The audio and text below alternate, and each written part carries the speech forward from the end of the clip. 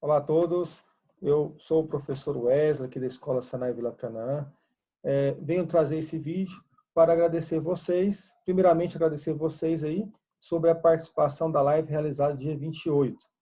E não só agradecer, mas o propósito desse vídeo também é trazer aí as respostas às perguntas que foram realizadas no dia da live, né?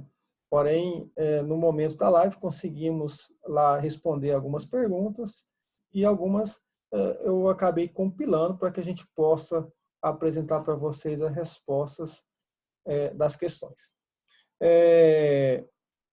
Então, para quem não assistiu a live, né, fica aí o convite, né, acesse aí este link, que é do meu Instagram, né, ou lá no IGTV, né, essa live que foi realizada dia 28 está gravada lá.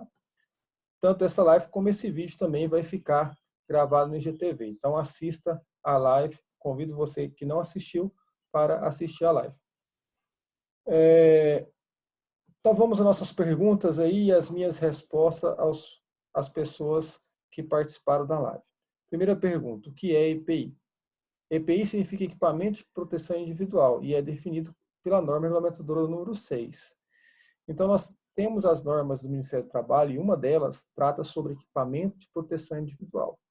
Lá trata que o EPI ele é, um equipamento, é todo dispositivo ou produto de uso individual que o trabalhador vai utilizar para que ele esteja protegido dos riscos laborais. Então, lembrando que nós, quando estamos a trabalho, estamos sempre expostos a algum tipo de risco, né?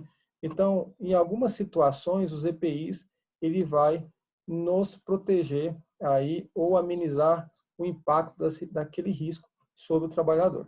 Então, lembrando que todo EPI tem que ter o certificado de aprovação, que é o CA, e tem que seguir uma norma de fabricação e qualidade do produto. Então, por exemplo, o EPI ele tem que ter, além de seguir uma norma construtiva como o NBR, também ter o certificado de aprovação, ter o registro aí perante ao Ministério da Economia através da Secretaria de Inspeção do Trabalho.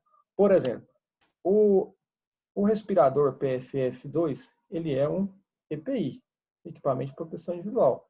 A máscara cirúrgica, ela não é um EPI. Por que ela não é um EPI? Porque ela não tem certificado de aprovação. Mas mesmo não sendo um EPI, ele é um dispositivo de proteção que segue normas aí de fabricação, ou seja, ela vai seguir normas aí NBRs que trata sobre a sua fabricação. Bom, quando o funcionário não quer usar o EPI, o que fazer? Primeiramente, a gente devemos tratar a raiz, né? Não deixar chegar a esse ponto, né? Então, antes que aconteça isso nas empresas que nós trabalhamos, nós temos que fazer o seguinte: começar a inserir ou introduzir na empresa, ou criar normas na empresa de cultura e política prevencionista. Ou seja, a empresa deve ter, dentro da sua cultura, dentro da sua doutrina ações prevencionistas para que se evite acidente, né? Então, as pessoas têm que estar conscientes que ela está ali trabalhando, seguindo as normas, seguindo as regras, porque ela vai evitar o acidente. Tirar, né, o que acontece hoje, que muitas pessoas utilizam o equipamento, vou utilizar o equipamento porque eu venho ali o técnico de segurança, vem o engenheiro de segurança, vem o fiscal. Não, a gente tem que pensar que a gente está usando o equipamento, não é para o técnico, para o fiscal. Nós estamos usando os equipamentos de segurança para nos proteger. Então, a primeira coisa que o trabalhador tem que entender é que ele tem que utilizar o EPI ou seguir as regras, normas ou procedimentos ou padrões para que ele se previna de um acidente, produza mais para a empresa. Então, esse é o objetivo de uma política prevencionista, né? E, além de fazer, essa empresa tem que ter essa política prevencionista, capacitações e treinamentos. Conscientização, capacitação, como usar o EPI, qual EPI eu vou usar para qual atividade, com a forma correta de utilizar o EPI, a forma correta de tirar, a forma correta de guardar, a forma correta de se higienizar aquele EPI. Então, tudo isso tem que ser através de capacitação e treinamentos que devem ser periódicos e contínuos numa empresa. Outra coisa que a minha empresa deve possuir é regras e normas internas. Eu tenho que ter regras e normativas internas da minha empresa. Então, a gente vê que grande porcentagem das empresas não existe regras internas. Qual é a regra para trabalho em altura aqui nessa empresa? A norma de trabalho em altura, NR 35. Não, a norma de espaço confinado. Não. Além de seguir essa norma, que é obrigação legal, a minha empresa tem que ter normas e procedimentos internos para tal assunto. Então, tem que existir normas internas na gestão do pessoal. Por exemplo, se eu for pego sem o EPI, qual vai ser minha punição? Não sei, não tem regra nessa empresa. Então, nós temos que ter regras na empresa, tem que estar escrito, todos têm que conhecer, né? Então, por exemplo, eu não estou usando o óculos. A regra da empresa é usar. Você foi capacitado, foi treinado e sabe o porquê tem que usar. Então, se eu não estou usando óculos, eu vou levar uma advertência. Vou levar uma advertência. Você está sendo advertido verbalmente porque não está usando óculos. Beleza, passou lá 2 meses, 3 meses, novamente fui pego sem um óculos. Aí eu vou levar outra advertência, posso levar uma suspensão, levar uma advertência escrita. Então tem que haver uma sistemática de regras, direitos, deveres, punições, para as regras que foi estabelecida na norma interna da sua empresa. É claro, sempre que for fazer as normas internas da minha empresa, essa norma ela tem que ter uma relação estrita com as normas legais. Ela tem que estar sempre linkada às normativas legais. Então, por exemplo, a terceira, quarta, quinta vez que eu estou sem óculos, eu vou ser suspenso do trabalho. Eu posso levar suspensão. De acordo com a norma da minha empresa X, suspensão de 2 dias. Beleza. Daqui 10 dias fui pego novamente sem óculos. Vou levar outra advertência de mais 3 dias. Pegou mais uma vez sem óculos aquele colaborador. Mais uma vez, ele não vai, de acordo com a norma que eu escrevi na minha empresa, eu vou ser demitido por justa causa. Bom, aí eu criei uma regra disciplinar dentro dessa empresa. Então, quando o funcionário não quer usar EPI, claro que se você tiver munido desses 3 pilares, política, capacitação e a minha regra de conduta da minha empresa, você pode chegar ao caso extremo. Qual seria o caso extremo que eu vou portar? E isso é claro, juntamente com o seu departamento de RH e o seu departamento jurídico, a demissão do seu colaborador por não estar usando o tal EPI. Mas, lembrando, isso aí tem que ser um caso extremo, ou seja, a última instância do trabalho, da segurança do trabalho. Então, nosso trabalho é a gestão. Vamos fazer a gestão e evitar, procurar de todos os meios, a evitar a chegar a esse extremo. Mas, se for preciso chegar a esse extremo, a gestão de segurança tem que realmente fazer o que se fala a lei e, claro, com o apoio do departamento jurídico e RH da sua empresa. O que é a proteção respiratória? A proteção respiratória se refere ao controle de inalação de agentes potencialmente perigosos para a saúde e a segurança das pessoas.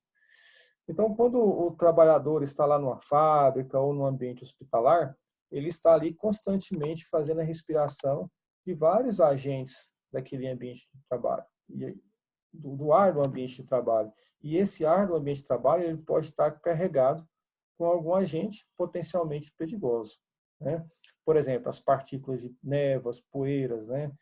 No caso, a gente está passando por essa pandemia, né? Nós temos aí um ambiente hospitalar que eu posso ter aí névoas. Essas névoas do ambiente de um paciente que está sendo na UTI, por exemplo, ela pode, nas névoas, estar carregado com o vírus, né? Essas névoas ali pode ter o que? A presença do vírus. E esse trabalhador da saúde que vai estar exposto àquele ar, àquele ambiente, ele pode estar inalando lá aquelas névoas, aquelas gotículas. E aquelas gotículas ele pode ali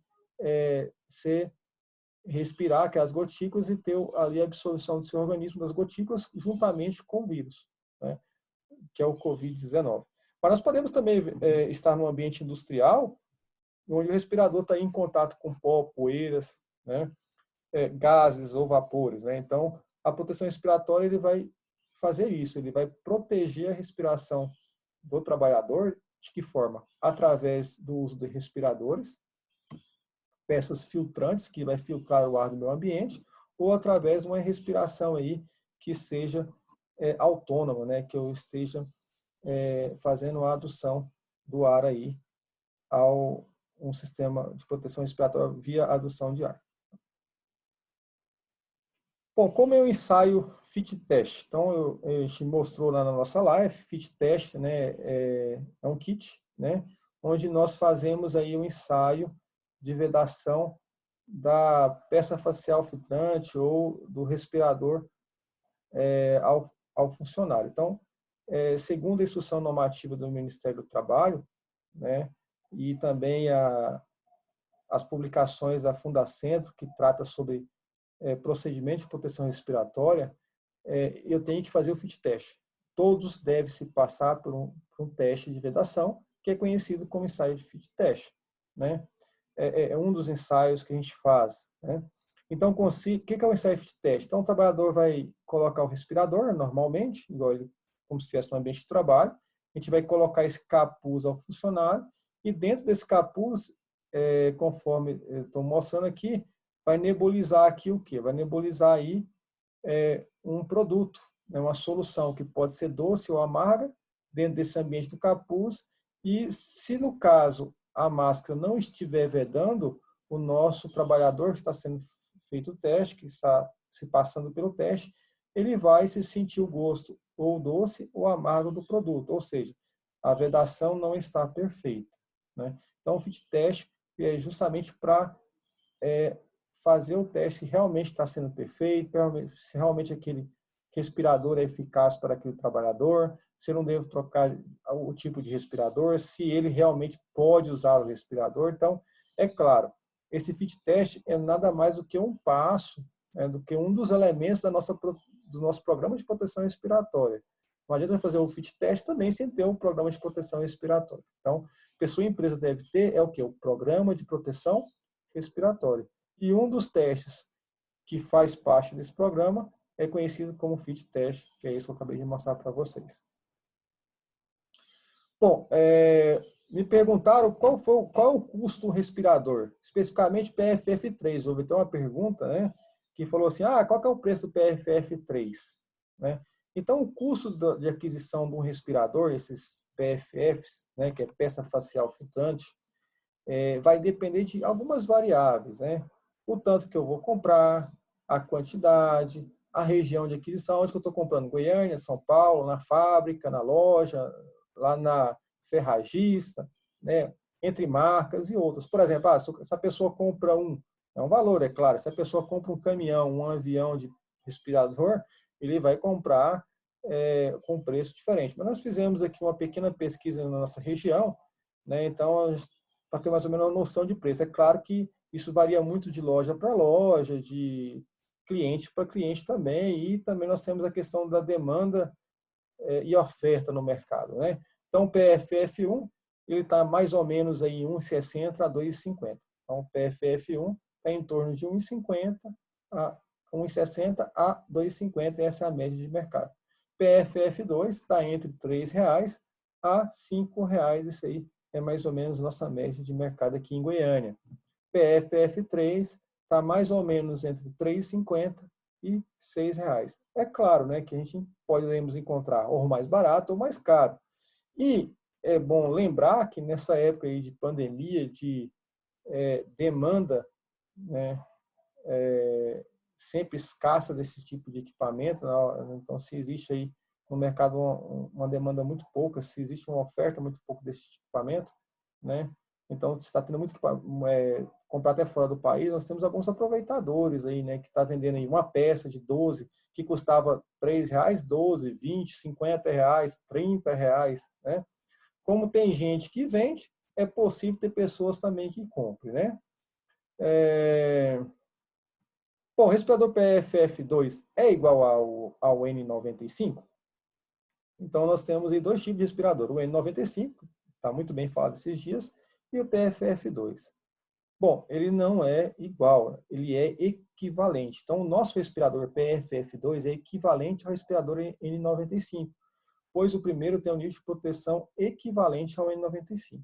Então, N95 é um respirador que ele é feitos sob normas internacionais, né, sob normas americanas, né, então são regidos por padrões americanos, pela NIOSH. Então, tanto regido como certificado por padrões americanos. O N95, o próprio nome fala, ele tem N95, significa que ele tem 95% de eficiência. O nosso PFF2, ele tem 94% de eficiência, porque são os requisitos da nossa norma brasileira. Então, eles são regidos por normas e padrões da Associação Brasileira de Normas Técnicas, né? Então, o PFF2 segue aí normativas nacionais. Então, essa é a diferença. Então, PFF2 é equivalente ao N95. Tempo de uso do respirador PFF2 ou N95. Bom, lembrando que esses respiradores são descartáveis, né? Embora em tempo de pandemia, aí, principalmente os órgãos oficiais de saúde, o Ministério de Saúde, aí, tem orientado aí que os hospitais façam o reuso desses equipamentos devido aí à falta, né? Mas a gente observa que a recomendação que tem de forma aí até geral, que não passa de 7 dias, né? Mas esses equipamentos são descartáveis e alguns fatores podem inutilizá-los. Por exemplo, se estiver danificado, deformado, úmido, né? De repente eu coloquei ele não dá selagem, ou a liga de sustentação já também não está fazendo a sustentação adequada. Então, tudo isso são fatores que podem ser fatores para que eu descarte esse equipamento, né? Então, esses equipamentos devem ser descartados caso algumas situações dessas, né? Lembrando que, no ambiente industrial, esses equipamentos devem ser usados durante o período de, no máximo, um turno de trabalho, né? Não posso estar reutilizando, né? Só aí, pela pandemia, no ambiente hospitalar, que estão usando mais de 7 dias devido à falta desse equipamento, né? Mas esse é um equipamento descartável que não deve ser utilizado principalmente no meio industrial. Então, no meio industrial é muito comum. Eu peguei um respirador e coloquei cedo. De repente, ele pode saturar, está em próprio uso depois de 2 horas de trabalho, 3 horas, ou até um dia, um turno de trabalho, ele pode já ter que descartá-lo, trocá-lo antes de acabar o turno. Então, isso aqui, no ambiente industrial, para cada turno de trabalho. No ambiente hospitalar, recomendações do Ministério da Saúde, através aí das recomendações da área de segurança de cada hospital, seguindo as determinações aí estabelecidas por esse órgão. Bom, existe alguma diferença entre a cor PF? Eu tenho proteção da cor branca e azul. Então, PFF da cor branca e azul. Bom, a cor não determina nada. Não, é questão de fabricação mesmo, de cada fabricante adotar a cor, né? Então, podemos ter de várias cores. O mais comum de achar aí é azul escuro, branco ou um verde bem claro, um azul bem claro. Então, são as cores que a gente encontra esse tipo de equipamentos. Podemos encontrar pretos também, de outras cores. Mas, por normas nacionais ou internacionais, cores não influenciam em nada. Então, o que vai influenciar, né, aí a capacidade desse equipamento são realmente o seu material, né, são realmente a sua gama de proteção, a sua malha de proteção ali, o seu material que ele foi feito e os ensaios que ele passou. Então, cor não determina aí a eficiência, tá? É claro que é mais comum usar no ambiente hospitalar uma branca, né? E no ambiente industrial uma azul. Dificilmente você vai encontrar uma máscara branca no ambiente industrial, porque aquele ambiente ela pode sujar com certa facilidade, tá? O respirador PFF ou N95 pode se lavar, tanto PFF 1, 2 ou 3, ou N95 não deve ser lavada, né? Então, os equipamentos eles não foram feitos para ser lavados, né, porque pede a eficiência da sua filtragem, né? Então, assim, devido à grande falta de equipamentos e ao pessoal estar reusando na área hospitalar, alguns fabricantes estão aí estudando algumas metodologias para que se faça a higienização e o reuso desse equipamento, né? Então, temos alguns fabricantes, né, aqui no nosso país que está fazendo esses testes aí, de que forma eu vou higienizar esses equipamentos, né? Então, estão fazendo testes laboratoriais aí em passar esse equipamento para receber uma luz, né, um raio de luz ultravioleta ou outro espectro de luz, de que forma que esse equipamento ali seja descontaminado e possa voltar ao uso. Então, lavar com água e sabão, jogar álcool nesse equipamento, limpar, vou desinfetar aqui, jogar um álcool na camada dele. Não pode, né? Esse equipamento vai perder a eficiência da filtragem e vai estar aí inutilizado para o uso. Então, usou, chegou ao limite de uso, né, ou sujidade, ou não está colando, ou está com defeito, deve ser descartado de maneira adequada também. Tá? Bom, frentista de posto de combustível não deveria usar máscaras? Bom, pergunta interessante, né? Então, assim, será que o cara que abastece, a pessoa que trabalha na mercearia, a pessoa que trabalha com máscara de solda não deveria usar máscara? Bom, antes de a gente definir, né, o uso da máscara ou de um tipo de respirador ou tipo de proteção respiratória, nós temos vários fatores que devemos estudar para fazer essa orientação quanto ao uso de máscara X ou modelo Y, né? Então, para determinar se o ramo de atividade ou profissional tem necessidade de utilizar a proteção respiratória, é necessário que se faça um levantamento ambiental, que se estude o ambiente de trabalho, que se estude o fluxo de trabalho daquela pessoa, né? Então, eu tenho que fazer o levantamento do risco do ambiente de trabalho, que ele não vai estar só exposto ali aos riscos respiratórios, né? Que demandam de proteção respiratória. Então, outros riscos que eles vão estar expostos também, né? Então, para isso, a gente sabe que toda empresa tem que ter um programa de proteção respiratória. Ou seja, para mim definir qual função, qual grupo homogêneo de funcionários deve usar máscara ou não, eu vou ter que fazer o que? Levantamento de risco. E eu vou ter que ter aí o nosso PPR, que é o Programa de Proteção Respiratório. Né? Documento este que deve ser feito. E lá sim vai falar, fulano ali, ciclano, aquele que trabalha fazendo isso, aquele que trabalha fazendo isso, vai usar a máscara tal, tal, tal. Assim é o parâmetro de uso daquele trabalhador de função tal, né? Então, a gente deve ter isso aonde? Deve ter isso no nosso levantamento de risco e no nosso programa de proteção respiratória. Então, a gente tem sempre que fazer essa análise, né? Simplesmente pegar o respirador e entregar ao funcionário, né? Será que é isso que está acontecendo com o ambiente hospitalar?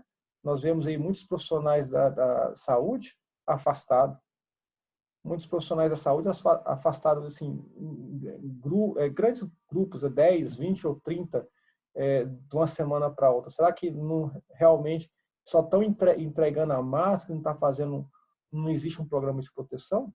Então, para que a proteção respiratória seja eficiente, eu tenho que ter um programa de proteção respiratória. Não é simplesmente entregar tal equipamento. Eu tenho todo ali um procedimental a seguir no nosso programa de proteção respiratória.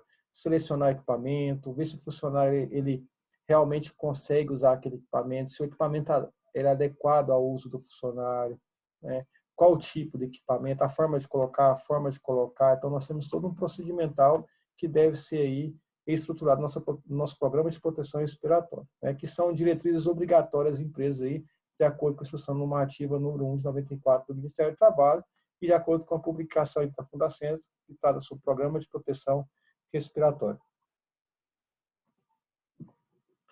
Bom, as gotículas de espirro podem se espalhar até 2 metros quadrados? Bom, existem algumas pesquisas aí que a gente tem acompanhado que as gotículas ela pode ocupar todo o ambiente, principalmente um ambiente fechado, né? Então, com certeza, mais de 2 metros. Então, ela tem as gotículas no espirro, ela tende a ficar num ambiente principalmente fechado, ela tende a ocupar um ambiente fechado, somente se tiver o ar-condicionado ligado, por exemplo, potencializar ali que era esse esparrame naquele ambiente. Mas nós temos a questão, talvez quem fez essa pergunta confundiu com 2 metros quadrados com 2 metros lineares, né?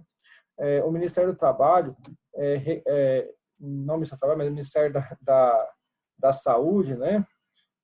E órgãos até internacionais, né? Como a Organização Mundial da Saúde, né? A OMS, ela recomenda que nós tenhamos o distanciamento social 2 metros lineares de pessoa a pessoa para evitar o quê? Para evitar o contágio aí do coronavírus através das gotículas do espirro, né? Ou de conversa, né? Então, o Ministério da Saúde recomenda se manter a distância social de, no mínimo, 2 metros lineares. Ou seja, se eu tiver uma pessoa à minha frente, eu tenho que estar no mínimo 2 metros dela, para caso eu espirrar, conversa, alguma conversa que ela venha fazer, essas gotículas, como a gente estudou na live, não venha a penetrar na minha respiração, não venha respirar essas gotículas, né? Então, para que eu não possa aí respirar essas gotículas aí, que está no seu espirro, que poderá também estar carregada aí com o vírus, né? Então, é 2 metros lineares de pessoa para pessoa, tá? Agora, a gotícula sim espalha por mais que 2 metros quadrados no ambiente, principalmente se esse ambiente for fechado. A máscara caseira é eficiente, né? Ela retém boa parte da projeção de gotículas que expelimos no ambiente, né? Então, assim, ela retém, quando nós conversamos ou espirramos, a gente vai expelir gotículas. Então, boa parte dessas gotículas, ela vai fazer o quê? A retenção. Então, com isso, vai evitar aí, caso alguém esteja com vírus, de estar esparramando essas gotículas com vírus no ambiente, tá? Posso lavar a máscara caseira? Deve ser lavada periodicamente. Recomenda-se deixar de molho por no mínimo 30 minutos em água sanitária e depois lavar com água e sabão. Então a máscara ela deve ser colocada de molho no mínimo 30 minutos ali com água e água sanitária e depois lavar e enxague bem e deixe secar aí. Após secar, passe com ferro de passar roupa e assim está pronta para o uso novamente. Bom, essas são as perguntas que foram levantadas aí na nossa live. Mais uma vez agradeço aí quem participou e agradeço a todos. E que, caso tenha alguma dúvida, pode mandar aí pelo meu e-mail, né? Caso tenha surgido mais alguma dúvida nesse vídeo, pode mandar para o meu e-mail que está aí abaixo. Eu agradeço a todos. Obrigado.